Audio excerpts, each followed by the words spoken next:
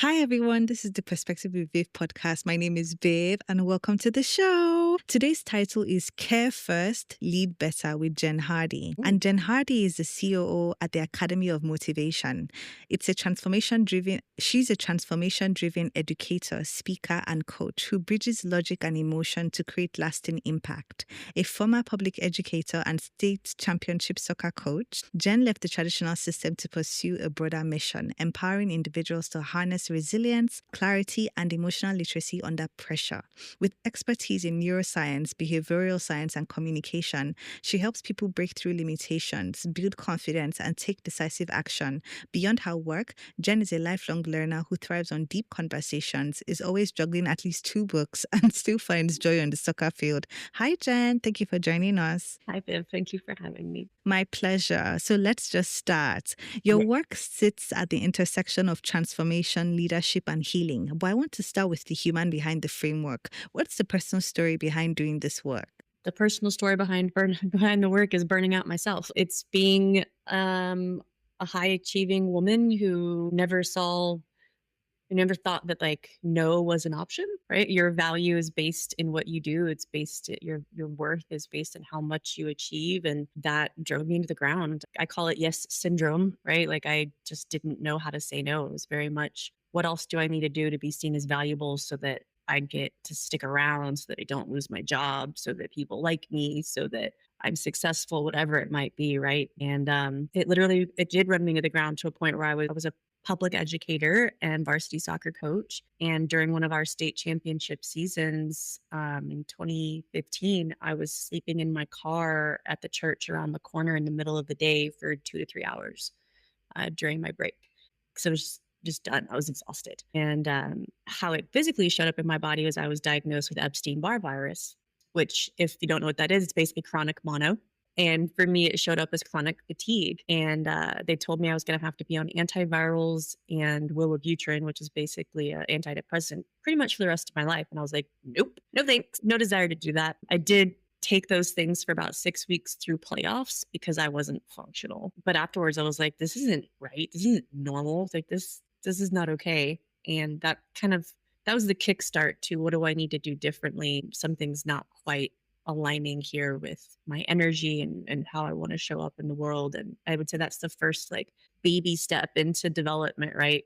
And I did what most people do. I started reading books, right? That's where most people start. But then it's just been evolving and evolving after leaving teaching and coaching to go see, who else am I and what else am I capable of? The joke of the story is that I am a teacher and a coach, just not in public education. Thank you for sharing that. You've coached champions and led leaders, but underneath that, you once said yes out of fear of rejection. What cracked that open for you? What shifted in the moment you decided no more? Honestly, it was Landmark was the first self-development course that I did. And I went in thinking that I was broken and I was the problem. And it had to do with a bad breakup and feeling like I was just dating a different version of the same guy. Why can't I find love? But when I went in, what I found out I found a lot of family wounds. I found a lot of family history that needed to be healed and discussed so that I could step into a new place.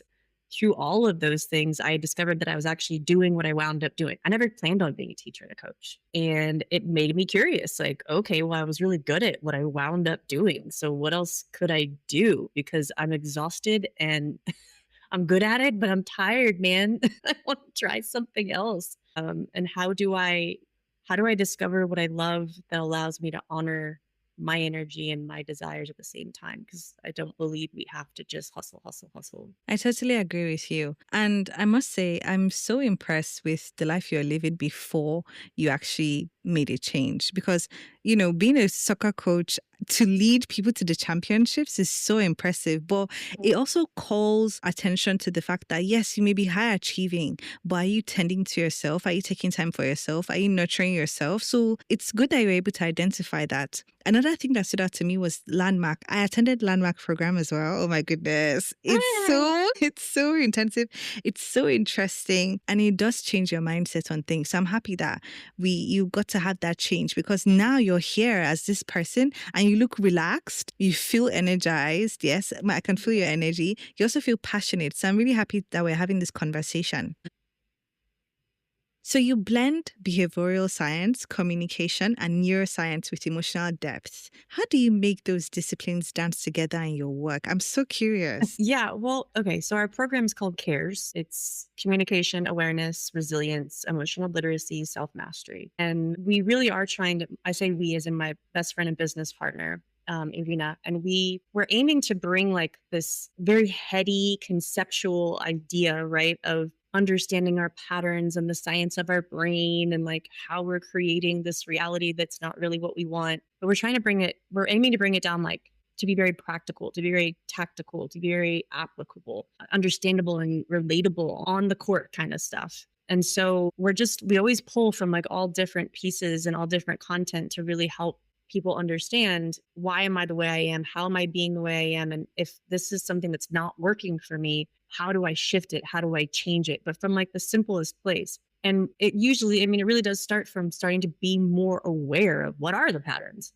what kicks the patterns off in the first place. And then you go like, okay, now I want to change this, but my whole nervous system has been doing this for probably decades. And it's like, oh God, how do I go be different when my whole nervous system is like, oh, this is terrifying. Right. So then we talk about recognizing what's happening with your nervous system and like the protection mechanisms and all the different ways you're challenging elements of safety in your emotional and your physical and your environment. And right, redefining safety, redefining vulnerability, redefining the courage that's behind it to have these conversations, and then giving practical conversational tools to start having these conversations. And it's something we both live is how do I joke and I say like, I was the bitch of my family for a really long time.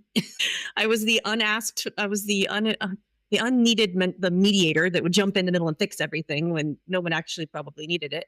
And it made me the bee of the family. So when I came out of Landmark, especially right out of that one first, right, like you're totally different. Like everything is different. You feel like an alien. And I jokingly say like I went into Landmark as a triangle, and I came out and I'm a circle. And I'm like coming to my family and I'm like, I'm a circle now. And they're like, bitch, you're a triangle.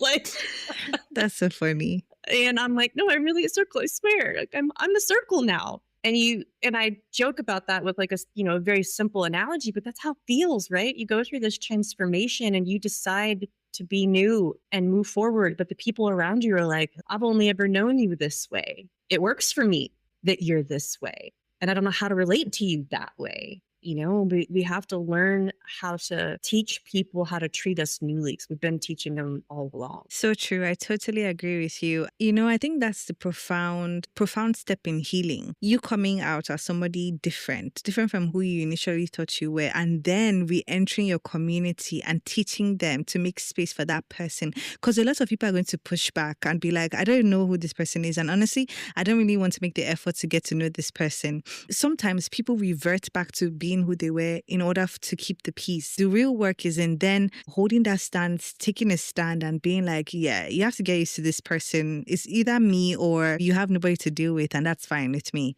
So I think I've experienced that as well. I totally get that.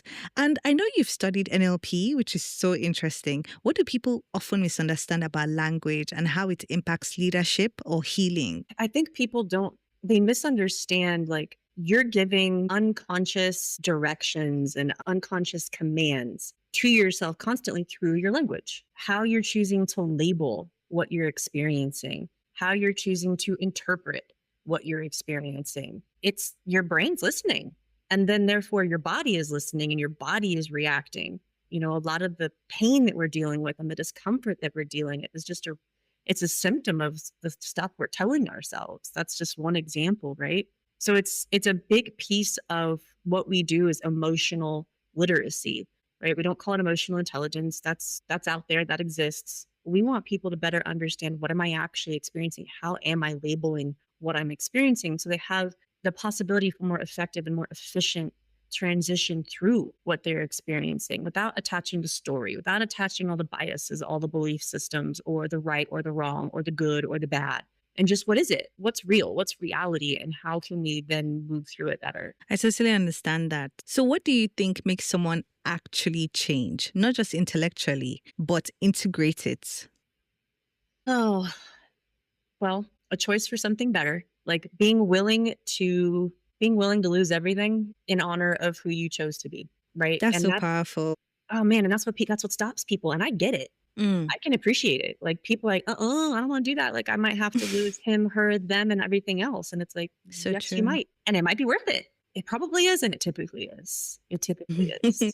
But damn, is it not hard. So hard, so hard. And I think, like I said, that's what makes people stay in certain states. They don't want to shift because they know that they might experience loss in certain aspects of their life. But it is worth it, especially if it's like you're stepping into a better version of yourself and a higher version of yourself, you know? So Yeah. that's my that's my perspective. And in your experience, what's the single most powerful shift someone can make in how they speak to themselves? The single most powerful shift that someone can make in how they speak to themselves. So I coach a lot of women. I work with first responders, educators, executive leaders, all the above, right? And I privately work with a lot of women more than anything. And it still resonates with men, but it's to consider the things you're saying to yourself. Would you ever say them to a 6-year-old child? And only one person has ever told me, yes, I would. But I said, would you ever say it to a 6-year-old version of you? And she was like, yes. And I'm like, okay. And she had boys. And I was like, okay, well, would you say it to your 6-year-old son? And she was like, oh God, no, no. So now I say, just like, would you say it to a 6-year-old child? Because that's who's listening. Your inner child is listening, and she or he is cowering or feeling punished or feeling unworthy, not good enough. And how we're talking to and treating ourselves in that conversation is just, we're just beating her and him up. So that's been the most powerful thing that I've shared with people that lands so fast. And even you talking about it, you can feel the power behind what you're saying and what you're asking, because a lot of people aren't aware that we do have an inner child, and the thoughts we have in our minds, the way we speak to ourselves, it really matters because we are speaking to that child inside of us. So how are we speaking? And yes, sometimes this language, the way we speak comes from our childhood, but that's the whole process of unraveling who we used to be in order to step into who we are meant to be, and changing the way we speak to ourselves, changing the way we think as well about ourselves. So there's a whole lot to unpack around that. But you asking that question, I can imagine that it really brings a lot of like just a change in the way people think. They're like, oh wow, really? Like if I speak to myself that way, that's how I'm speaking to 6-year-old me or a child. Oh no, I can't have that. And that's where change begins. So thank you for sharing that. Yeah, absolutely. Let's talk about cares. Where did this framework come from and how has it evolved? So I love the story of how it came about, because my father has worked with military and law enforcement for decades, and he asked my partner and I to come in and potentially update the communication specific section of what they do. And I sat down with his business partner to talk about it, who was very involved in the content. And as we talked, I told him, I was like, we can come in and do this, but we're putting a band-aid on a symptom of a much larger problem. And he looked at me like, tell me more. And we talked for like 3 hours, and we got down to the problem of law enforcement specifically. Suicide rates have tripled in the last 3 years. And we were just talking through and talking through and talking through. And he finally was just like, can you build an 8-hour class for first responders? And I was like, yeah. And then he talked to my business partner. She was like, yeah. And so we went to work with him and his nonprofit that works with first responders. We brought in other first responders and behavioral specialists in that field, and started beta testing some content and some programming, and getting to what made the most sense. And through doing that, she and I discovered ourselves and what we love to talk about and what we love to really dive into. As I mentioned, communication, awareness, resiliency, self-literacy, or self-mastery, and emotional literacy. And then we zoomed out afterwards and realized, as you asked about the evolution, being a former educator, we're frontliners in our own way, and healthcare professionals and even corporate executives or people who are in customer service, they're frontline.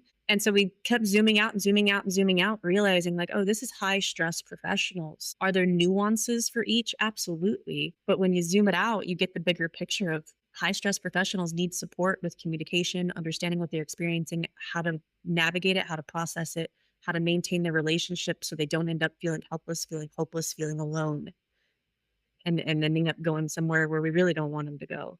And to me, resiliency is the byproduct of what we're doing. That's powerful. Thank you for sharing that. Yeah. Why is this framework so crucial for high stress environments right now, especially for frontline professionals and decision makers?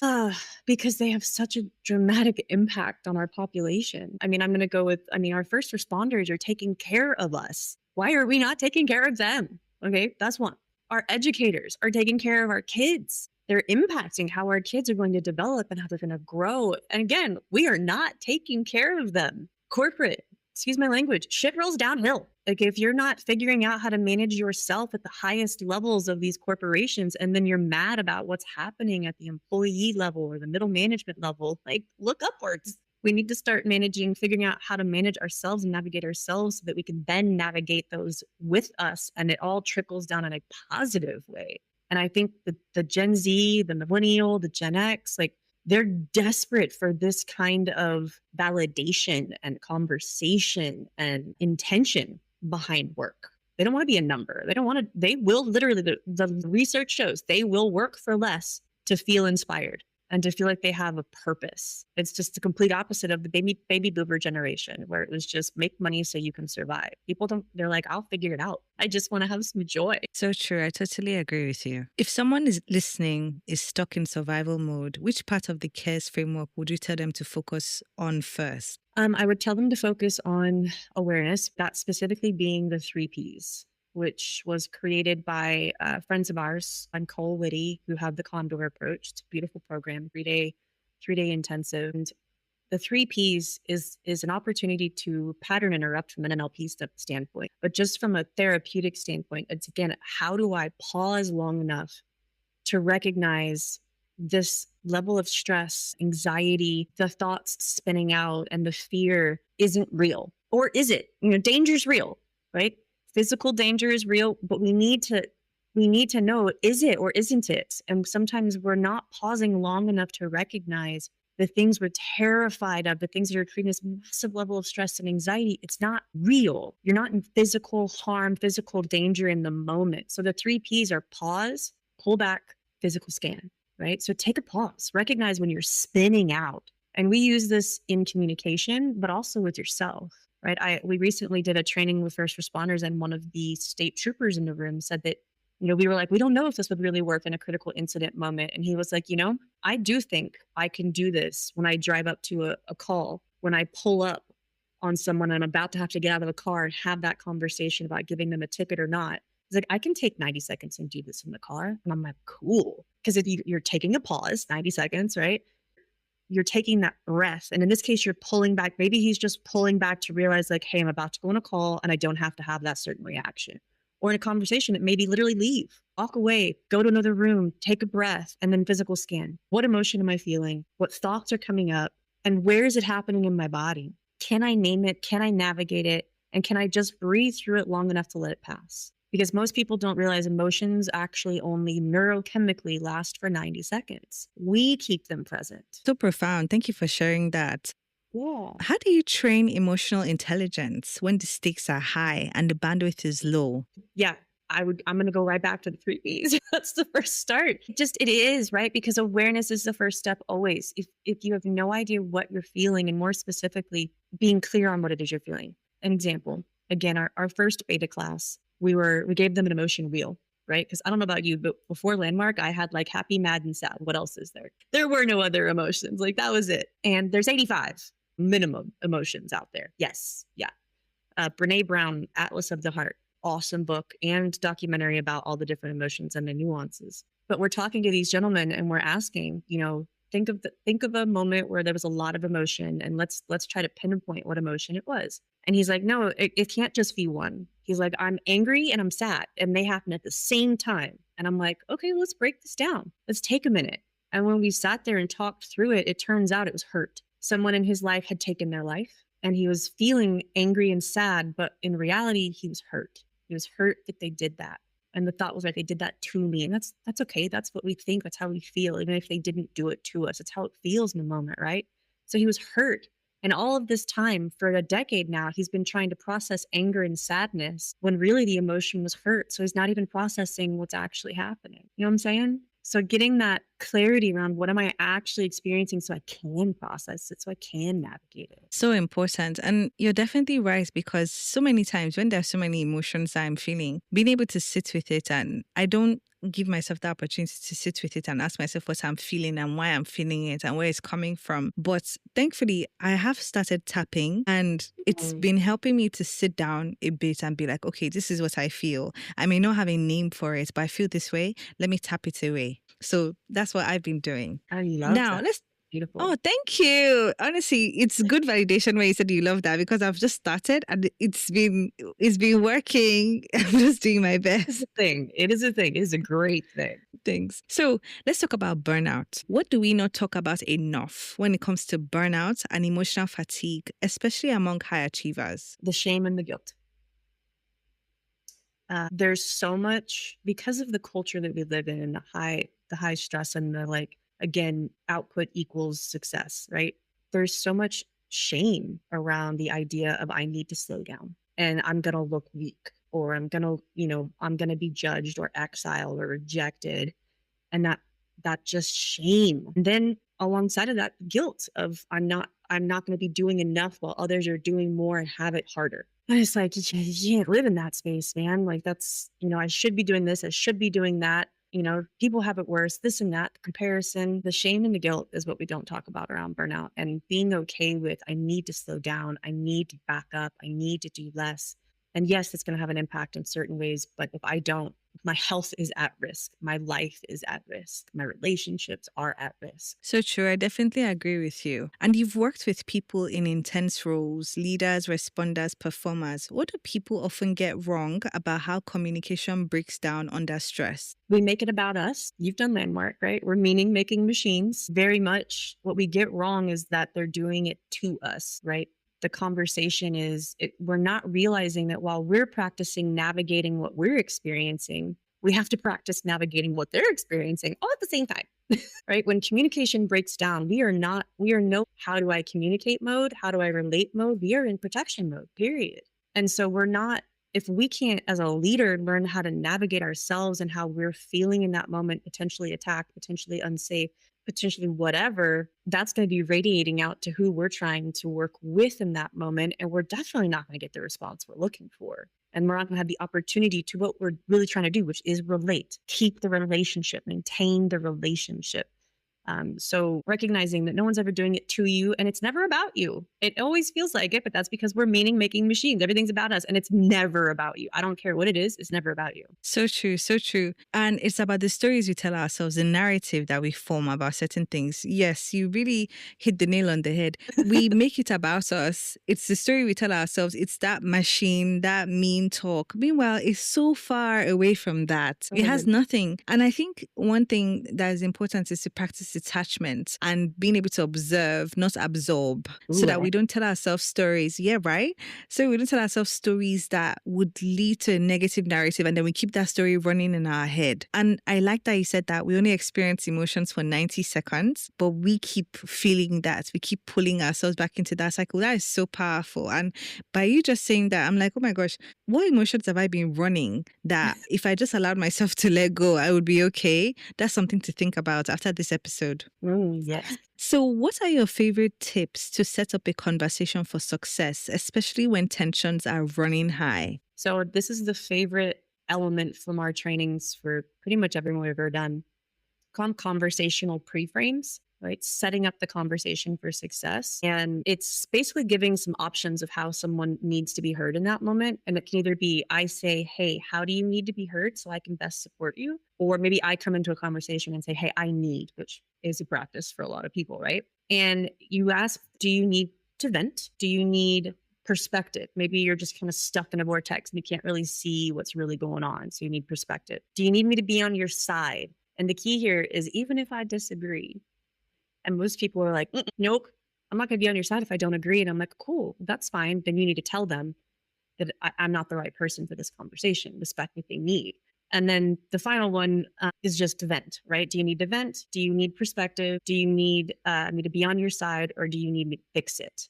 And that's what most people do, right? Most people want to fix it. Let me fix it. Let me make it better. Let me just get it out of the way. And very rarely is that the thing we need, if not at all what we need. Typically, we need perspective, we need to vent, or we need someone to be on our side to validate, right?